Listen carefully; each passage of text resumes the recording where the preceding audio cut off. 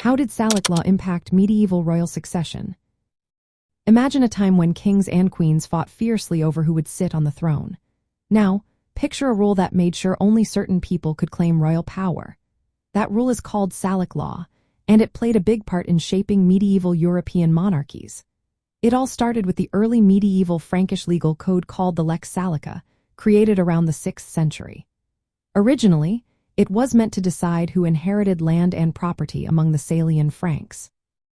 But over time, rulers and nobles used it to decide who could become king. Salic Law said that women could not inherit the throne. If a king died, his daughter could not automatically become queen. Instead, the crown would pass only through the male line. This meant that if a king had no sons, the throne might stay empty or pass to a distant male relative. It also meant that anyone descended from a king through a female line could not claim the crown. This rule was especially important in France, where it was used to keep the throne within the male family line. In the 14th century, after King Louis X of France died in 1316, his daughter could not inherit the throne because of Salic Law. When his son was born after his death and died soon after, the French Estates General decided only males could inherit. This decision kept the crown in the male line and prevented women from claiming it.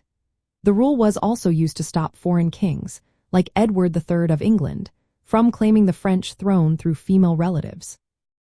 This helped France keep control over its monarchy and avoid foreign interference. Though Salic Law was about land inheritance at first, it became a way to control who could be king. It was not just a legal rule but also a political tool. Some historians say that medieval kings did not always strictly follow it but used it when it suited their needs. Before 1328, most kings had sons, so there was no big need to use Salic Law to decide succession. But during times of crisis, it became a key rule for deciding who could be king.